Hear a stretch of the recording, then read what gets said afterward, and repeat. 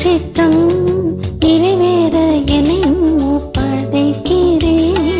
தேவ சத்தம் என் உள்ளம் பலமாக துணிக்குதே.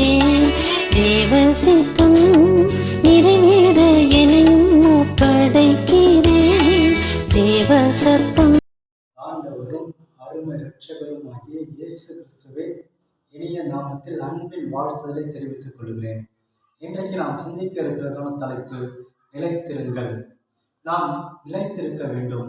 எதெல்லாம் நாம் நிலைத்திருக்க வேண்டும் என்று வேதாகமத்தை நாம் ஆராய்ந்து பார்க்கும்போது சில காரியங்களை பரிசுத்த ஆவியானவர் நமக்கு வெளிப்படுத்தி காண்பிக்கிறார். 7 விதமான காரியங்களை நாம் நிலைத்திருக்க வேண்டும். அந்த 7 விதமான காரியங்கள் என்னென்ன என்று நாம் வேதாகமத்தை ஆராயும் போது கொலோசியர் 1ஆம் அதிகாரம் 22வது வசனத்தை நாம் வாசிக்கிற வேளையிலே முதலாவது காரியம் கொலோசியர் 1ஆம் அதிகாரம் 22வது வசனம்.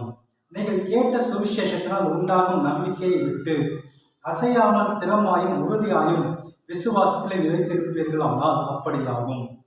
இங்கே நீங்கள் கேட்ட சுவிசேஷத்தினால் உண்டாகும் நம்பிக்கையை என்று எழுதப்பட்டிருக்கிறது. அந்த நம்பிக்கை என்ன நம்பிக்கை? ஆண்டவராகிய இயேசு கிறிஸ்துவின் மீது வைக்கிற நம்பிக்கை, விசுவாசம். விசுவாசத்திலே நிலைத்திருக்க வேண்டும். முதலாவது நாம் விசுவாசத்திலே நிலைத்திருக்க வேண்டும். நம்முடைய விசுவாசம் எப்படிப்பட்டதா இருக்கிறது? காற்றினால் அலைகிற கடலின் அலைக்கு ஒப்பா இருக்கிறதா? நம்முடைய விசுவாசம் எப்படி இருக்கிறது? நமக்கு பெயரே விசுவாசிகள் என்றுதான். ஆனால் நம்முடைய விசுவாசம் சில நேரங்களிலே அவிசுவாசமாய் மாறிவிடுகிறது.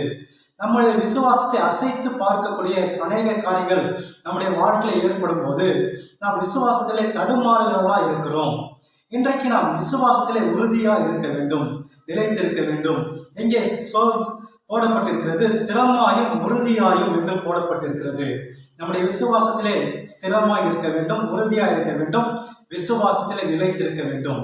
2வது காரியம் யோவான் 15ஆம் அதிகாரம் 9வது வசனத்தை நாம் வாசிக்கிற வேளையிலே, பிதா என்னில் அன்பா இருக்கிறது போல நானும் உங்களில் அன்பா இருக்கிறேன், என்னுடைய அன்பிலே நிலைத்திருங்கள். 2வது அன்பிலே நிலைத்திருக்க வேண்டும். கிறிஸ்துவின் அன்பிலே நாம் நிலைத்திருக்கிறவர்களா இருக்க வேண்டும். பிதா என்னிலே அன்பாய் நிலைத்திருக்கிறது போல, அன்புள்ளவராய் இருக்கிறது போல நீங்களும் என்னிலே அன்பாய் இருங்கள் என்று இயேசு சொல்லுகிறார்.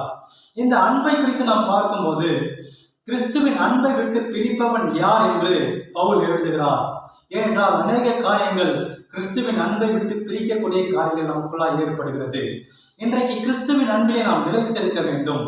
3வதாக நாம் பார்க்கும்போது 1 கொரிந்தியர் 7ஆம் அதிகாரம் 20வது வசனம்.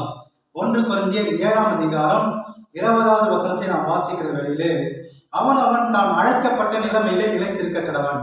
அழைப்பிலே நாம் நிலைத்திருக்க வேண்டும். அழைக்கப்பட்ட அழைப்பு. 3வது, ஆண்டவர் நம்மை அழைத்திருக்கிறார். எந்த காரியத்துக்காக அவர் நம்மை அழைத்திருக்கிறாரோ அந்த அழைப்பிலே நாம் நிலைத்திருக்க வேண்டும். இன்றைக்கு நம்முடைய அழைப்பை மாற்றிக்கொண்டே இருக்கக்கூடாது. ஆண்டவர் மாற்றுகிறவர் அல்ல. நாம் அழைக்கப்பட்ட அழைப்பிலே நிலைத்து நின்று நாம் ஊழியத்தை செய்கிறவர்களா இருக்க வேண்டும். அழைப்பிலே நாம் நிலைத்திருக்க வேண்டும். 4வது காரியம் யோவான் 8ஆம் அதிகாரம் 31வது வசனம். யோவான் 2 யோவான் 9ஆம் அதிகாரத்தை நாம் வாசிக்கிற வரையிலே அங்கே யோவான் எழுதுகிறார், கிறிஸ்துவின் உபதேசத்திலே நிலைத்திராமல் மீறி நடக்கிற எவனும் தேவனை உடையவன் அல்ல. கிறிஸ்துவின் உபதேசத்தில் நிலைத்திருக்கிறவனோ பிதாவையும் குமாரனையும் உடையவன். கிறிஸ்துவின் உபதேசத்திலே நிலைத்திருக்க வேண்டும். உபதேசத்திலே நாம் நிலைத்திருக்கிறவர்களா இருக்க வேண்டும். இன்றைக்கு எப்படிப்பட்ட உபதேசத்துல நாம் நிலைக்கிறோம்? அப்போஸ்தலர்களுடைய உபதேசத்துல நாம் நிலைத்திருக்கிறோமா என்பதை நாம் ஆராய்ந்து பார்க்க வேண்டும். ஏனென்றால் இன்றைக்கு உபதேசத்திலே காம்ப்ரமைஸ் பண்ணி கொள்கிறோம். உபதேசத்தை மாற்றி மாற்றி பேசுகிறோம். உபதேசத்திலே மாறி மாறி நாம் நடக்கிறோம். இன்றைக்கு வேதம் சொல்கிறபடி நாம் உபதேசத்திலே நாம் நிலைத்திருக்கிறோமா என்பதை நாம் ஆராய்ந்து பார்க்க வேண்டும். கிறிஸ்துவின் உபதேசத்திலே நாம் நிலைத்திருக்க வேண்டும். 5வதாக எபிரேயர் 13ஆம் அதிகாரம் 1வது வசனத்தை நாம் வாசிக்கலாம். எபிரேயர் 13ஆம் அதிகாரம் 1வது வசனம். சகோதர சிநேகம் நிலைத்திருக்க கடவுது. சகோதர சிநேகத்திலே நாம் நிலைத்திருக்க வேண்டும். சகோதர சிநேகம், ஒருவரில் ஒருவர் அன்பா இருக்க வேண்டும். சகோதர சிநேகத்தை குறித்து சங்கீதக்காரன் தாவீது சொல்லும்போது 133வது சங்கீதத்தில் சொல்லும்போது, இதோ சவர் ஒருமித்து வாசம் பண்ணுகிறது எத்தனை நன்மையும் எத்தனை இன்பமா இருக்கிறது என்று வாசிக்கிறோம். நாம் சகோதர சிநேகத்திலே நிலைத்திருக்க வேண்டும். இன்றைக்கு சகோதரருக்குள்ள இருக்கிற அந்த சிநேகம் குறைந்து கொண்டே வருகிறது. பிரிவினைகள், சண்டைகள், பலவிதமான காரியங்கள், சகோதரருக்குள்ள கசப்புகள், போராட்டங்கள், பலவிதமான காரியங்களை நாம் பார்க்கிறோம். ஆனால் கிறிஸ்துவின் அன்பு அதை மாற்றுகிறது. சகோதர சிநேகம் உள்ளவர்களாக நாம் இருக்க வேண்டும். சகோதர சிநேகத்திலே நாம் நிலைத்திருக்க வேண்டும். ஆறாவதாக ஜெபத்திலே நாம் நிலைத்திருக்க வேண்டும். கொலோசியர் 4ஆம் அதிகாரம் 2வது வசனத்தை வாசிக்கிற வேளையிலே, கொலோசியர் 4ஆம் அதிகாரம் 2வது வசனம், இடைவிடாமல் ஜெபம் பண்ணுங்கள், ஸ்தோத்திரத்துடன் ஜெபத்திலே விழித்திருங்கள். நாம் இடைவிடாமல் ஜெபம் பண்ணுகிறவர்களாக இருக்க வேண்டும். இன்றைக்கு நம்முடைய வாழ்க்கையிலே ஜெபம் என்பது குறைந்து போய்கொண்டே வருகிறது. நாம் ஜெபம், எப்படிப்பட்ட ஜெபம் ஜெபிக்கிறவர்களா இருக்கிறோம்? எவ்வளவு மணி நேரம் நாம் ஜெபிக்கிறவர்களா இருக்கிறோம்? எவ்வளவு மணி நேரம், எந்த நேரத்தில் நாம் ஆண்டவரை பார்க்கிறோம், ஜெபிக்கிறோம் என்பதை நாம் ஆராய்ந்து பார்க்க வேண்டும். கர்த்தரை கண்டடையத்தக்க சமயத்தில் அவரை தேட வேண்டும். அதிகாலையில் நாம் ஜெபிக்கிறவர்களா இருக்க வேண்டும். இடைவிடாமல் நாம் ஜெபிக்கிறவர்களா இருக்க வேண்டும். விழித்திருந்து ஜெபிக்கிறவர்களா நாம் இருக்க வேண்டும். மன்றாட்டின் ஜெபம் பண்ணுகிறவர்களா நாம் இருக்க வேண்டும். ஜெபத்திலே நாம் நிலைத்திருக்க வேண்டும். ஏழாவதாக யோவான் 15ஆம் அதிகாரம் 16வது வசனம். யோவான் 15ஆம் அதிகாரம் 16வது வசனம், நீங்கள் என்னை தெரிந்து கொள்ளவில்லை, நான் உங்களை தெரிந்து கொண்டேன். நீங்கள் நாமத்தினால் பிதாவை கேட்டுக்கொள்வது எதுவோ அதை அவர் உங்களுக்கு கொடுக்கத்தக்கதாக நீங்கள் போய் கனி கொடுக்கும் படிக்கும், உங்கள் கனி நிலைத்திருக்கும் படிக்கும் நான் உங்களை ஏற்படுத்தினேன். இங்கே கனி கொடுக்கிறதான ஒரு காரியத்தை குறித்து ஆண்டவர் சொல்கிறார். ஏழாவது, நாம் கனி கொடுக்கிறவர்களா இருக்க வேண்டும். கனி, நம்மளே கனி உண்டாக வேண்டும். கனி உண்டாகாத மரம் எதுவோ அது வெட்டுண்ட அக்கினியில் போடப்படும் என்று ஆண்டவர் சொல்கிறார். கனி கொடாத கொடி எதுவோ அதை அறுத்து போடுகிறேன் என்று ஆண்டவர் சொல்கிறார். கனி கொடுக்கிற கொடி எதுவோ அது அதிக கனிகளை கொடுக்கும்படி அதை சுத்தம் பண்ணுகிறேன் என்று ஆண்டவர் சொல்கிறார். இனி நாம் அதிக கனிகளை கொடுக்கும்படியாக ஆண்டவர் நம்மை எதிர்பார்க்கிறார். யோவான் 15:8 நாம் வாசிக்கும் போது, நீங்கள் மிகுந்த கனிகளை கொடுப்பதினால் என் பிதா மகிமைப்படுவார், எனக்கும் சீஷர்களா இருப்பீர்கள் என்று ஆண்டவர் சொல்கிறார்.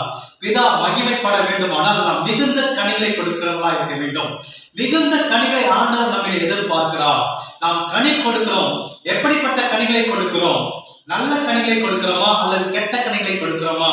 நல்ல கனி நம்மிலே உண்டா இருக்கிறதா? நற்கனிகளை ஆண்டவர் நம்மிலே எதிர்பார்க்கிறார். இன்றைக்கு நற்கனிகளை கொடுக்கிறவர்களா நாம் இருக்க வேண்டும். அப்படிப்பட்ட ஒரு வாழ்க்கையை நாம் இருக்க வேண்டும். நல்ல கனி கொடுக்கிறதை நாம் நிலைத்திருக்க வேண்டும். இந்த 7 விதமான காரியங்கள் நமக்குள்ள இருக்கும் போது ஆண்டவர் நிச்சயமாய் நம்மை நடத்துவார், நம்மை ஆசீர்வதித்து உயர்த்துவார். முதலாவது, விசுவாசத்தில் நிலைத்திருக்க வேண்டும். 2வது, அன்பிலே நிலைத்திருக்க வேண்டும். 3வது, அழைப்பிலே நிலைத்திருக்க வேண்டும். 4வது, உபதேசத்திலே நிலைத்திருக்க வேண்டும். 5வது, சகோதர சிநேகத்திலே நிலைத்திருக்க வேண்டும். 6வது, ஜெபத்திலே நிலைத்திருக்க வேண்டும். 7வது, கனியிலே நிலைத்திருக்க வேண்டும். இந்த 7 காரியத்துல நாம் நிலைத்திருக்கும் போது ஆண்டவருக்கு உண்மையான சீஷராக நாம் இருப்போம். ஆண்டவர் கடைசி வரைக்கும் மரண பரியந்தம் நம்மை நடத்துவாராக. நாம் கண்களை மூடி ஜெபிக்கலாம். அன்பின் பரலோக பிதாவே, இந்த நாளுக்காக நன்றி செலுத்துகிறோம். நாம் நிலைத்திருக்க வேண்டிய காரியங்கள் ஆண்டவரை நாம் நிலைத்திருக்கும்படியாக ஆண்டவரே கர்த்தாவே உதவி செய்வீராக. எங்களோடு நீர் பேசுவீராக ஆண்டவரே. எங்களோடு இடைப்பறிவீராக. எங்களுக்கு ஆலோசனை தருவீராக ஆண்டவரே. அப்பா, இந்த நாட்டிலே ஆண்டவரே நாங்கள் ஆண்டவரே பூரணத்துக்குள்ளாய் பிரவேசிக்கும்படியாக ஆண்டவரே. அப்பா, இந்த 7 விதமான காரியங்கள் நாங்கள் கடைபிடிக்க ஆண்டவரே. அப்பா, இதில் நாங்கள் நிலைத்திருக்க ஆண்டவரே உதவி செய்யும்படி ஆண்டவரே எல்லாவற்றையும் கருத்தில் ஒப்பு கொடுக்கிறோம். உடைய பிள்ளைகளை ஆசீர்வதிப்பீராக ஆண்டவரே. இறை பிள்ளை காட்டும் இயேசுவின் மூலம் ஜெபிக்கிறோம் பிதாவே. ஆமென். அல்லேலூயா. கர்த்தர் உங்களை ஆசீர்வதிப்பாராக. ஆமென்.